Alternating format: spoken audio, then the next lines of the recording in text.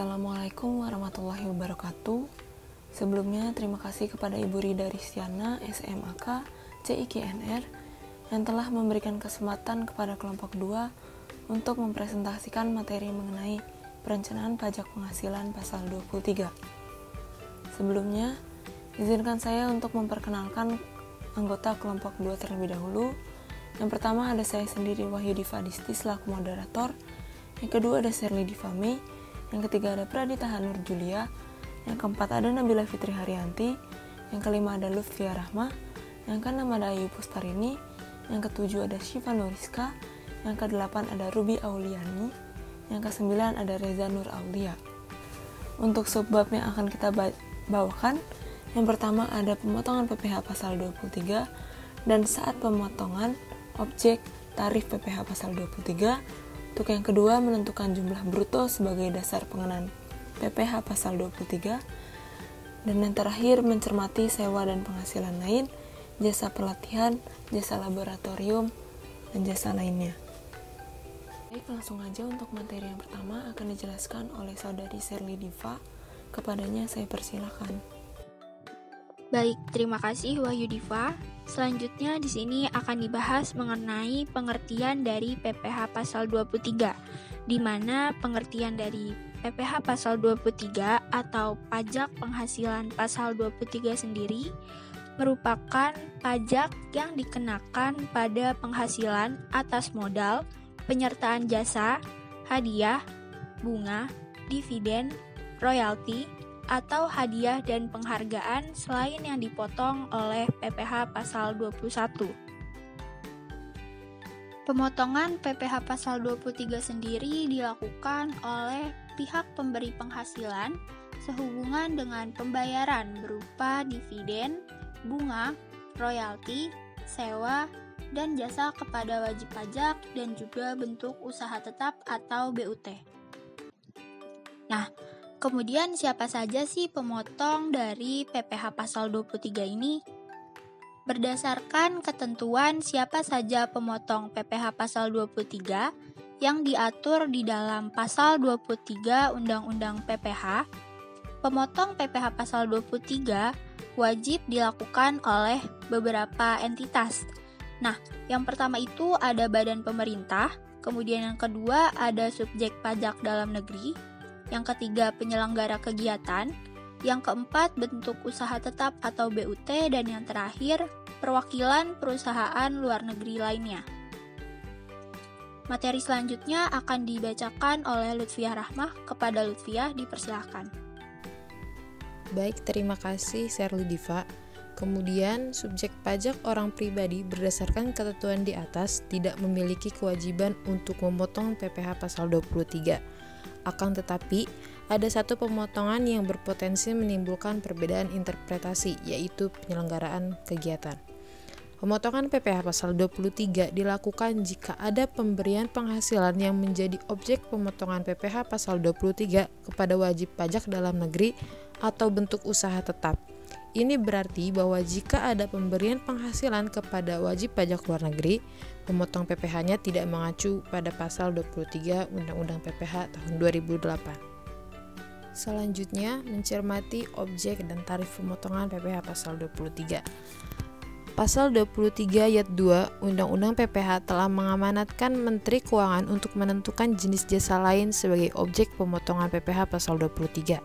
Sebagaimana diuraikan pada bab sebelumnya tentang withholding system, PPh pasal 23 merupakan bagian dari sistem pemungutan pajak dengan pendekatan withholding system tersebut. Dalam rangka meningkatkan penerimaan pajak, pada tahun 2015, Menteri Keuangan kembali memperluas cakupan objek PPh pasal 23, yaitu dalam Peraturan Menteri Keuangan Nomor 141/PMK03/2015. Kemudian objek dan tarif.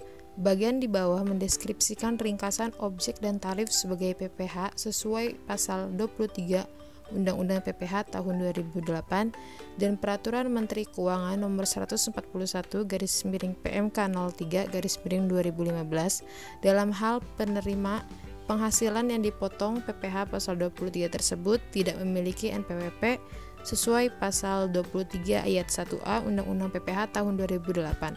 Tarifnya menjadi 1% lebih tinggi dari tarif normal sesuai kolom tarif pada bagan. Pada bagan di bawah, 15% dari penghasilan jumlah bruto itu ada objek pajaknya, yaitu dividen, bunga, royalti, dan hadiah. Sedangkan 2% dari penghasilan brutonya, objek pajak yang dikenakan yaitu adalah sewa, imbalan, dan jasa lainnya. Materi selanjutnya akan dibawakan oleh Saudari Ayu Pusparini. Kepadanya saya persilahkan. Selanjutnya, beberapa jasa pada bagan di slide sebelumnya dirinci lagi di dalam Peraturan Menteri Keuangan Nomor 141/PMK 03/2015. Yang pertama, jasa penunjang di bidang usaha panas bumi dan pengembangan minyak dan gas bumi atau migas. Yang kedua, jasa penambangan dan jasa penunjang selain di bidang usaha panas bumi dan penambangan minyak dan gas bumi atau migas. Yang ketiga, jasa penunjang di bidang penerbangan dan bandar udara. Yang kedua, ada non-objek pemotongan PPH pasal 23. Sesuai dengan pasal 23 ayat 4 Undang-Undang PPH, pemotongan PPH tidak dilakukan atas penghasilan berikut ini. Yang pertama, penghasilan yang dibayar atau terutang kepada bank. Yang kedua, sewa yang dibayarkan atau terutang sehubungan dengan sewa guna usaha dengan hak opsi. Yang ketiga, dividen yang bukan merupakan objek pajak yang ada dalam pasal 4 ayat 3 huruf F Undang-Undang PPH dan pasal 17 ayat 2C Undang-Undang PPH tahun 2008. Yang keempat, bagian laba sebagai dimaksud di dalam pasal 4 ayat 3 huruf I Undang-Undang PPH tahun 2008. Yang kelima, penghasilan yang dibayar atau terutang kepada badan usaha atas jasa keuangan yang berfungsi sebagai penyalur pinjaman.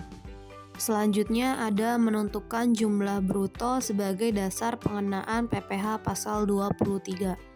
Sesuai PMK nomor 141/PMK 03/2015, imbalan sehubungan dengan jasa lain selain jasa yang telah dipotong PPH dalam pasal 21 sebagaimana dimaksud di dalam pasal 23 ayat 1 huruf C angka 2 Undang-Undang Nomor 36 Tahun 2008 tentang pajak penghasilan, dipotong pajak penghasilan sebesar 2% dari jumlah bruto, tidak termasuk pajak pertambahan nilai. Jumlah bruto yang dimaksud yaitu yang pertama jasa catering, yang kedua jasa selain jasa catering. Pengertian jasa catering dan jasa selain jasa catering. Jasa catering merupakan seluruh jumlah penghasilan dengan nama dan dalam bentuk apapun yang dibayarkan, disediakan untuk dibayarkan atau telah jatuh tempo pembayarannya oleh badan pemerintah, subjek pajak dalam negeri, penyelenggara kegiatan, bentuk usaha tetap atau perwakilan perusahaan luar negeri lainnya kepada wajib pajak dalam negeri atau BUT. Jasa selain jasa catering. Terdapat beberapa imbalan bruto yang tidak termasuk yaitu yang pertama, pembayaran gaji, upah, honorarium, tunjangan dan pembayaran lain sebagai imbalan sehubungan dengan pekerjaan yang dibayarkan oleh wajib pajak penyedia tenaga kerja kepada tenaga kerja yang melakukan pekerjaan berdasarkan kontrak dengan pengguna jasa. Yang kedua, pembayaran kepada penyedia jasa atas pengadaan atau pembelian barang atau material yang terkait dengan jasa yang diberikan. Yang ketiga, pembayaran kepada pihak ketiga yang dibayarkan melalui penyedia jasa terkait jasa yang dibayarkan oleh penyedia jasa dan atau yang keempat, pembayaran kepada penyedia jasa yang merupakan penggantian atau reimbursement atas biaya yang telah dibayarkan penyedia jasa kepada pihak ketiga dalam rangka pemberian jasa bersangkutan. Kriteria imbalan bruto atas jasa selain jasa catering atau pembuktian. Yang pertama, kontrak kerja dan daftar pembayaran gaji, upah honorarium, tunjangan, dan pembayaran lain sebagai imbalan sehubungan dengan pekerjaan. Yang kedua, faktur pembelian barang atau material. Yang ketiga, faktur tagihan dari pihak ketiga disertai dengan perjanjian tertulis. Yang keempat, faktur tagihan atau bukti pembayaran yang telah dibayarkan oleh pihak kedua kepada pihak ketiga. Selanjutnya akan membahas tentang mencermati sewa dan penghasilan lain sehubungan dengan penggunaan harta. Di sini ada jenis PPh dan jenis sewa. Jenis PPh yang pertama yaitu non-objek PPh 23 dan jenis sewanya yaitu sewa guna usaha dengan hak opsi. PPh yang kedua yaitu objek PPh 15 dan jenis sewanya sewa kapal dari lessor dalam negeri. PPh yang ketiga yaitu objek PPh pasal 4 ayat 2 dan jenis sewanya yaitu sewa tanah dan atau bangunan. Dan jenis PPh yang keempat yaitu objek PPh pasal 4 ayat 2 dan jenis sewanya yaitu sewa tanah atau bangunan. Dan jenis PPh yang kelima objek PPh pasal 23 jenis sewanya sewa harta di atas dari lessor dalam negeri. Pembahasan selanjutnya yaitu definisi sewa. Sewa guna usaha atau leasing adalah kegiatan pembiayaan dalam bentuk penyediaan barang modal baik secara sewa guna usaha dengan hak opsi maupun sewa guna usaha tanpa hak opsi untuk digunakan oleh lease selama jangka waktu tertentu berdasarkan pembayaran secara berkala. Sewa dan penghasilan lain sehubungan dengan penggunaan harta merupakan penghasilan yang diterima sehubungan dengan kesepakatan untuk memberikan hak menggunakan harta selama jangka waktu tertentu, baik dengan perjanjian tertulis maupun tidak, sehingga harta tersebut hanya dapat digunakan oleh penerima hak selama jangka waktu yang telah disepakati. Materi selanjutnya adalah perkembangan standar akuntansi keuangan atau PSAK nomor 30 mengenai sewa, yang membagi sewa menjadi dua, yaitu sewa pembiayaan atau finance lease identik dengan sewa guna usaha dengan hak opsi, dan sewa operasi atau operating lease identik dengan sewa guna usaha tanpa hak opsi.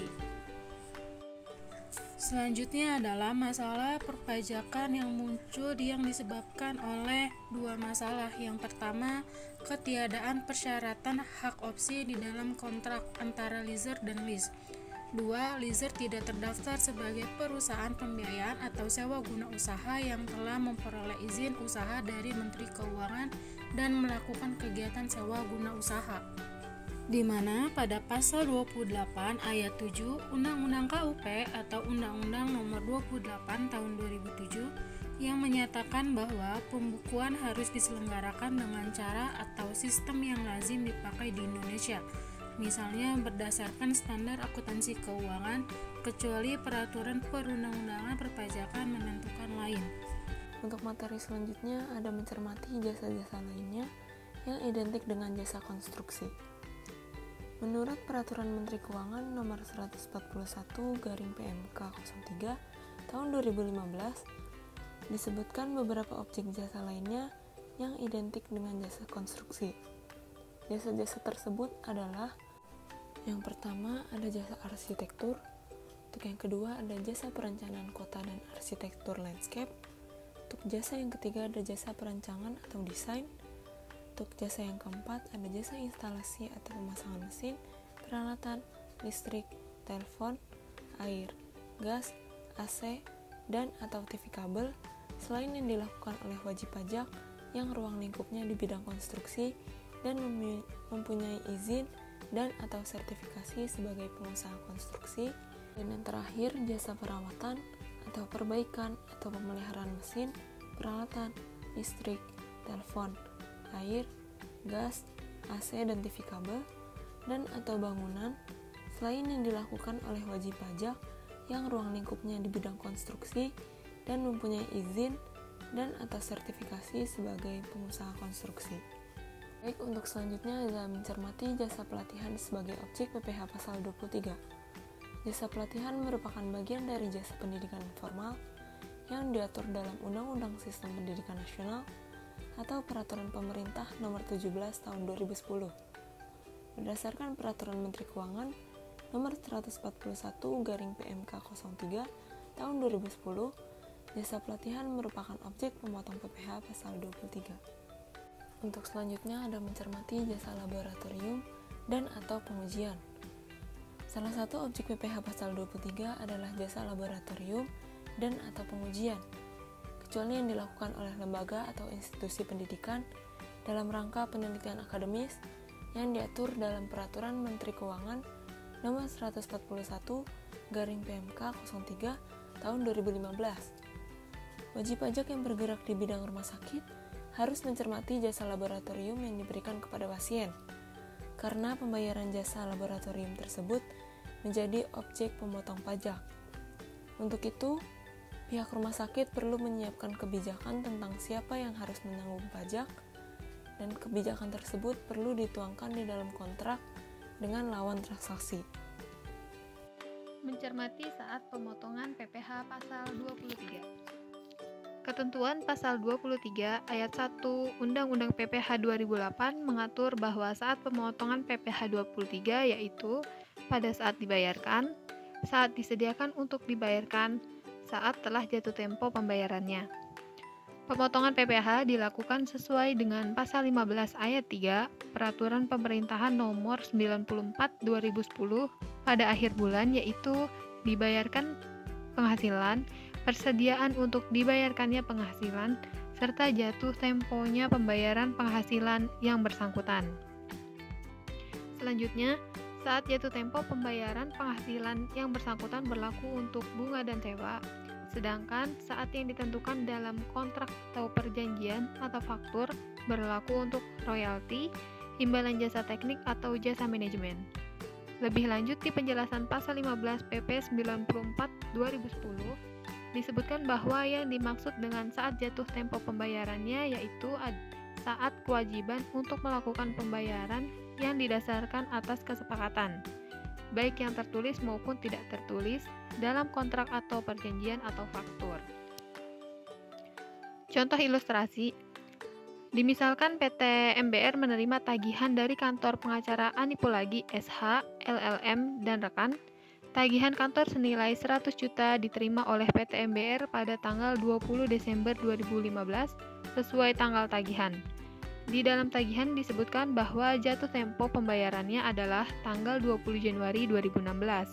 Akan tetapi, PT MBR harus melunasinya pada tanggal 12 Februari 2016. Di sini saya akan menjelaskan jurnal dari contoh ilustrasi tersebut. Menurut jurnal akuntansi ini, pada tanggal 20 Desember tahun 2015, biaya jasa pada utang usaha sebesar 100 juta rupiah yang dimana untuk mencatat tagihan.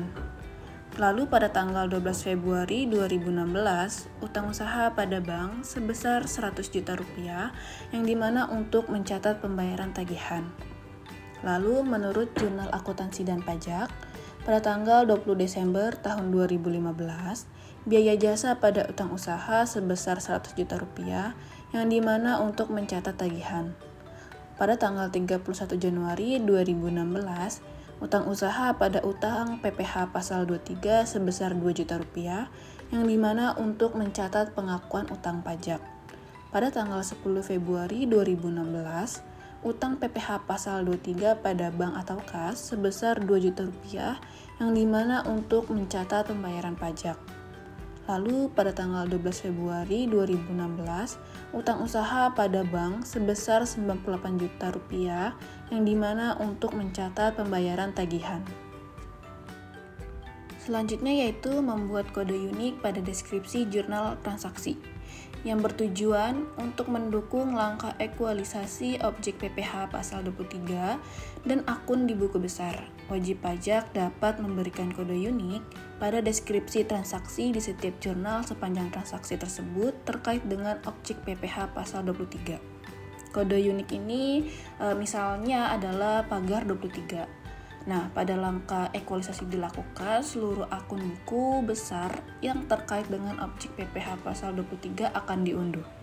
Tabel penggunaan kode unik PPH pasal 23 pada deskripsi jurnal transaksi dapat dilihat pada tabel deskripsi. Ada kode unik yang bertuliskan pagar 23 itu. Baik, izinkan saya untuk membacakan kesimpulan dari presentasi kelompok 2 hari ini. PPH pasal 23 yang merupakan pajak yang dipotong atas penghasilan yang diterima atau diperoleh wajib pajak dalam negeri, serta bentuk usaha tetap yang berasal dari penghasilan, modal, penyerahan jasa atau penyelenggara kegiatan, selain yang telah dipotong PPH pasal 22 yang meliputi dividen, royalti, hadiah, dan penghargaan jasa tertentu. Pemotongan PPH pasal 23 dilakukan jika ada pemberian penghasilan yang menjadi objek pemotong PPH pasal 23 kepada wajib pajak dalam negeri atau bentuk usaha tetap. Ini berarti bahwa jika ada pemberian penghasilan kepada wajib pajak luar negeri, pemotongan PPH-nya tidak mengacu kepada PPH pasal 23. Baik, sekian dari presentasi kelompok kami. Kurang lebihnya mohon maaf. Wabillahi taufiq wal hidayah. Wassalamualaikum warahmatullahi wabarakatuh.